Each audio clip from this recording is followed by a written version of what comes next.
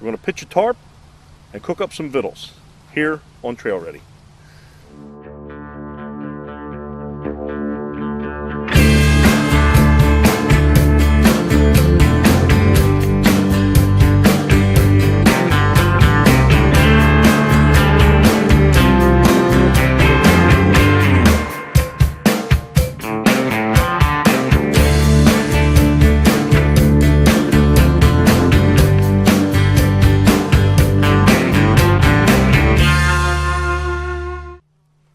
That's what I'm talking about.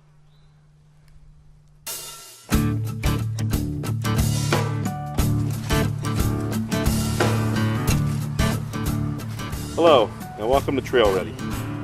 Without a doubt, my favorite way to pitch a tarp is in the flying A configuration because of its ease of setup and ample interior space. Today I'm going to use an 8x10 sil nylon backpacking tarp to demonstrate how to set up with and without trekking poles. Okay, we start out by spreading our tarp out on the ground, and you're going to stake down the corner that's facing into the wind. That will be the back of your tarp.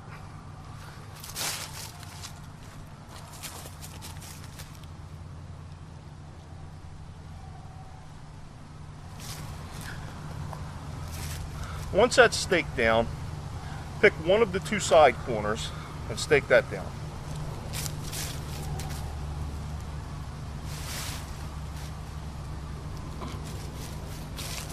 Once you've done that, you go to the opposite corner, pull that tight, and then you're going to move it over about a foot and stake it down. We pull that tight, and then we move it over. Now the reason I've done that is so that when I pick up this front corner, the tarp has some slack in it. And I usually take my trekking pole and I set that at full extension. I like to get as much angle on this pitch as I can. And when you set it up at about somewhere around a 45-degree angle, and put your front guy line on. The reason I put that angle in there is at night, when this tarp sags, you'll be able to push up on that and it lifts the front. You don't even have to get out of your sleeping bag and you can retension your tarp. Lastly, I take my other pole, I place that inside. That's how we do the flying A with trekking poles. Obviously you can use more of the stakes. If it's really windy, you want to stake out more grommets. The more tie down points you use and the tighter you can get the tarp, the less it'll flap at night. That's the flying A with the trekking pole.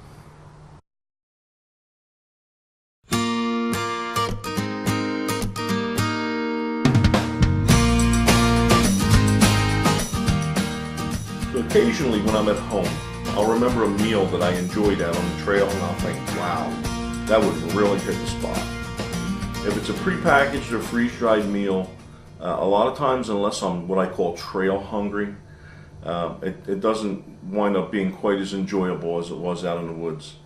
There's something about walking 10 or 15 miles over mountains and all that really changes your appetite. I think when I'm trail hungry, I could actually eat the bark off a tree and it would taste good. So recently I discovered a company that is making trail food that I'm really enjoying, and that's Hawk Vittles. I've tried about 10 different entrees that they produce, and by far my favorite has turned out to be the sweet Italian sausage with pasta.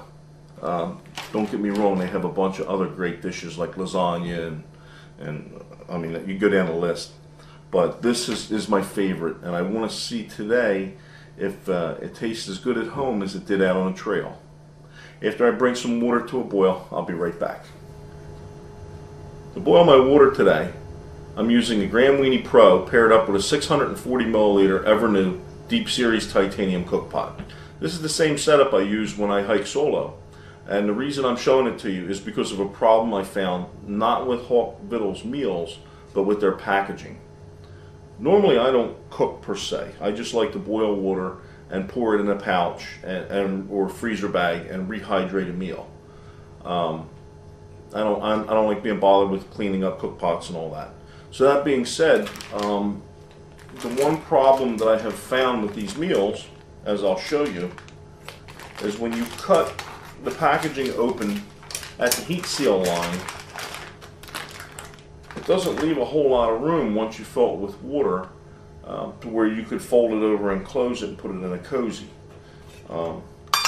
This setup that I'm using here actually addresses that problem, as I'll show you. So as you can see, that thing is full. So what I do is I take this cook pot and I just put the bag right inside. Let me see if I can do this without getting burned. Ow! It's a lot easier out on the trail, it seems.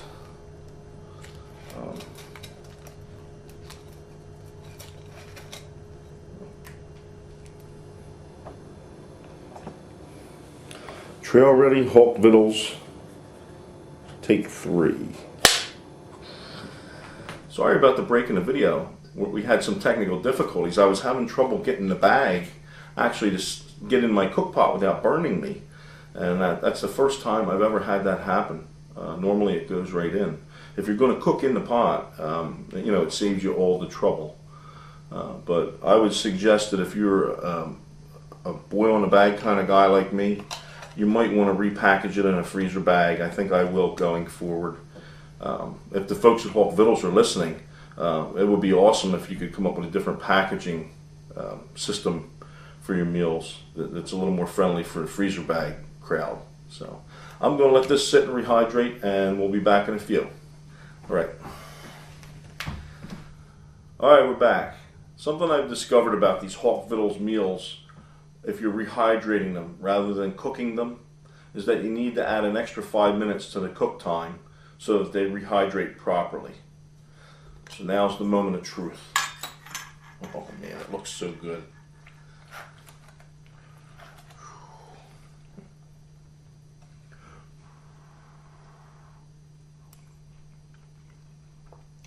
Oh, that is so good. It's just as good as I remember it. Check out the folks at Hawk Vittles at hawkvittles.com. Look at their menu. I am sure you'll find something to your liking. I'm going to have some more.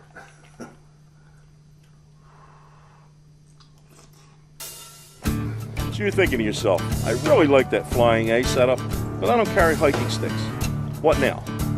Well, 90% of the time when I rig a tarp in the Flying A configuration, I use a tree as my front support because it's fast, it's easy, and it's convenient.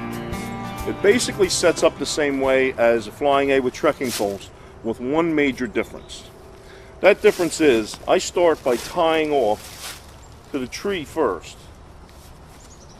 Now you notice I have my line rigged to a corner of the tarp already. I do that before the trip. It just saves me a lot of time when I'm setting the tarp up. So I pick a point in the tree, somewhere about 6 feet off the ground, and I'm going to tie it off using some sort of hitch or knot that I can untie easily in the morning.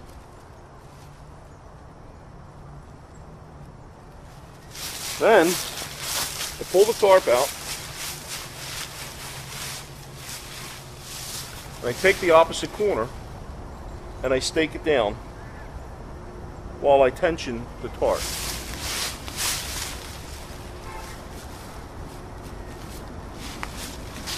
At that point, it's just a matter of staking down the other two corners.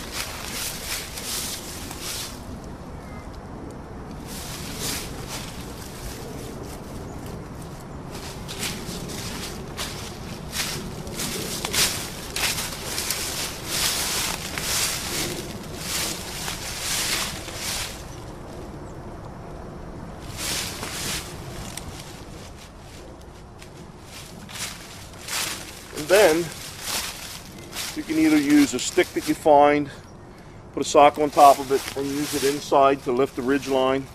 Or if you have a tarp like this one that has lifters, load lifters on the outside, you can attach a line and guy it out either using sticks or the surrounding trees to raise the tarp up.